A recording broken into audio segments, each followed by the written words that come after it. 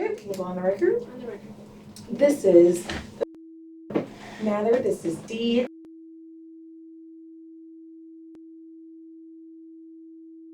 Again, this is Dee. Appearances, please. Yes, Your Honor. James Jimmerson, bar number 12599, on behalf of Plaintiff. Morning. Good morning. And we do have an observer in the courtroom here today. Your name, sir? Thank you.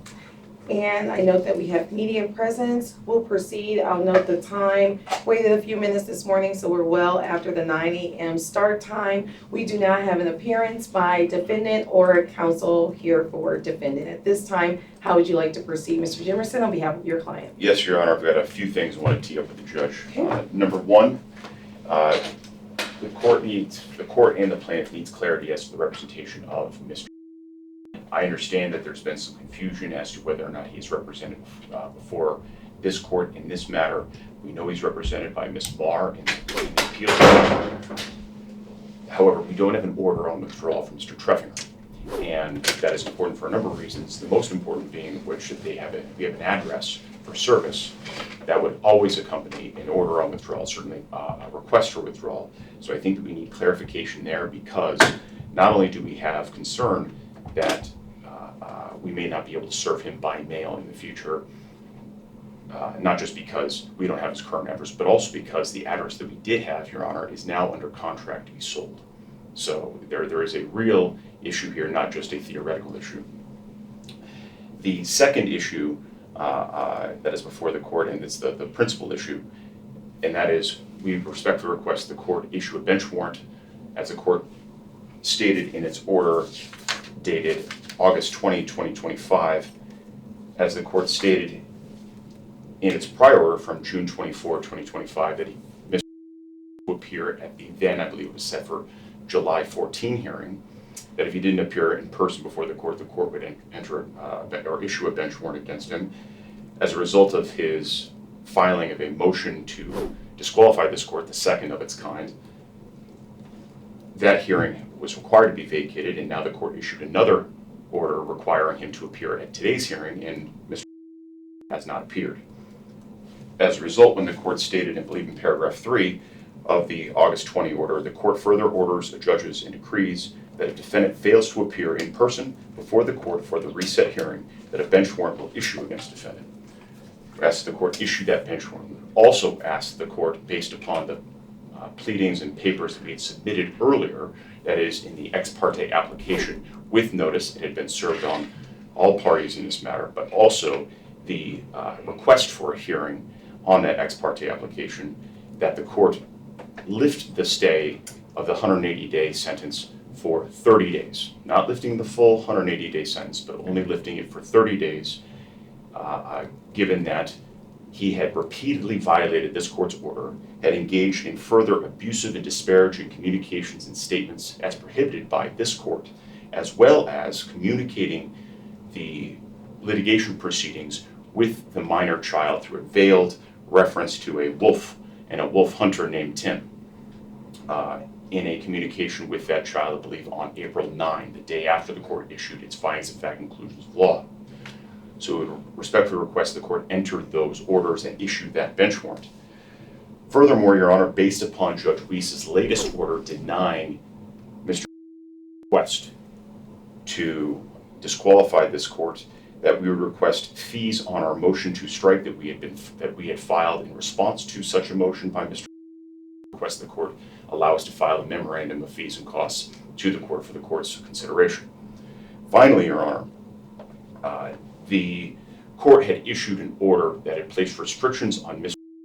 handling matters directly, either when he was represented by counsel or if he was appearing in proper person, that he would seek a leave of court before being able to file any such matters. We understand, based upon the filing of the prior motion and what I believe to be later filings by Mr. in this court, that the clerk's office is incapable of effectively serving as a gatekeeper.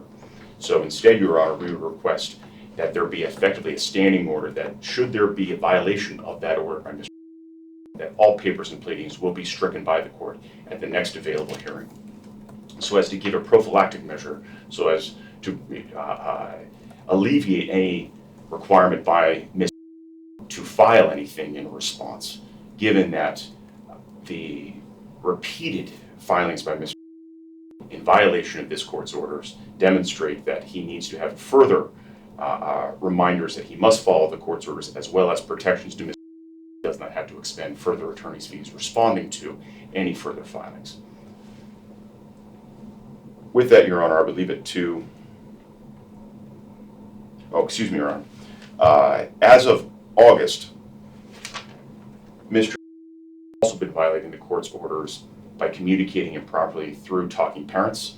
Those papers are not before the court, but we're reminding the court of what had been filed in April and highlighting the fact that it wasn't just a flurry of activity back in April, but it's been continuing as well through August of this summer. So with that, Your Honor, I would request those orders and that relief, and I will leave it to the court for its decisions.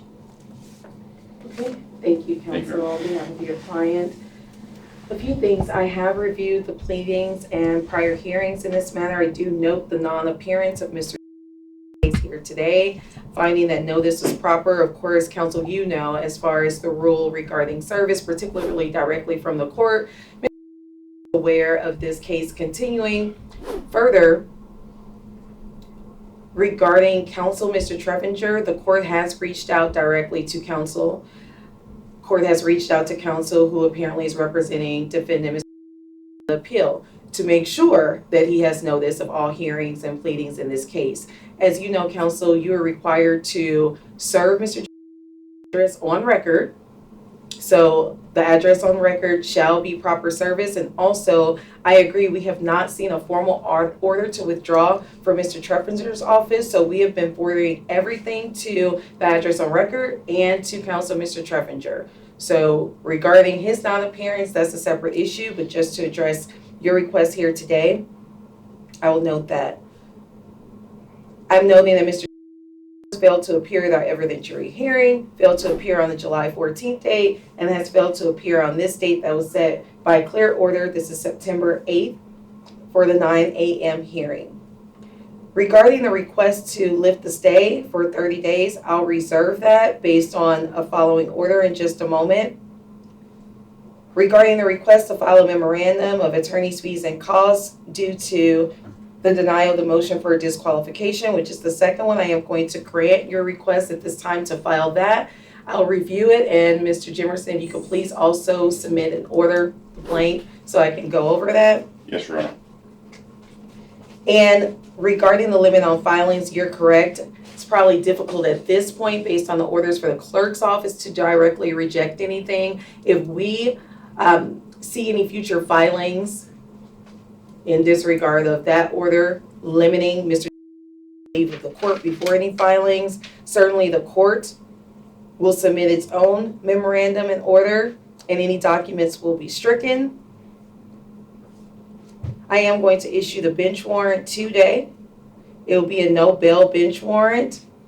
And Mr. Jimmerson, that's why I said we'll address any request for lift to stay after I learn if and when Mr. is in custody. The language of the bench warrant will have all the requisite information needed there, and he's entitled to a hearing, I'll say within 72 hours at that hearing, where he'll be in custody.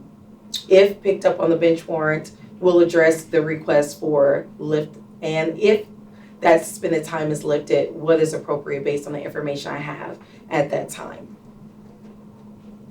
Okay, I believe that's everything that you mentioned here today. Were there any other requests at this time? So, Your Honor, the one request I would make is the court taking the position that Mr. Treffinger remains his counsel, or is Mr. I ask not only because I've got ethical obligations. If I'm going to speak to Mr. He's represented, I have to speak through his attorney, but also my client would need to know who to communicate directly to as well. As we know, counsel, there has not been an order of withdrawal, so Mr. Treffinger is still counsel. Okay, I just wanted to understand that. Of record. I appreciate that. I appreciate the diligence of plaintiff's counsel by Also apparently making sure their service for the address is on record, as has the court, just to be sure, based on the history of this case, and as a courtesy to Mr. He has due process rights. So everything that we file, including the bench warrant that will issue shortly, we will make sure that that is served to counsel of record, and we will also send correspondence to Mr. Treffinger about the fact that we have not received a formal order of withdrawal, yet this is about the second or third time that he has failed to appear on behalf of his client. We will also send notice directly to the contact information, including address that we have on record for Mr. Thank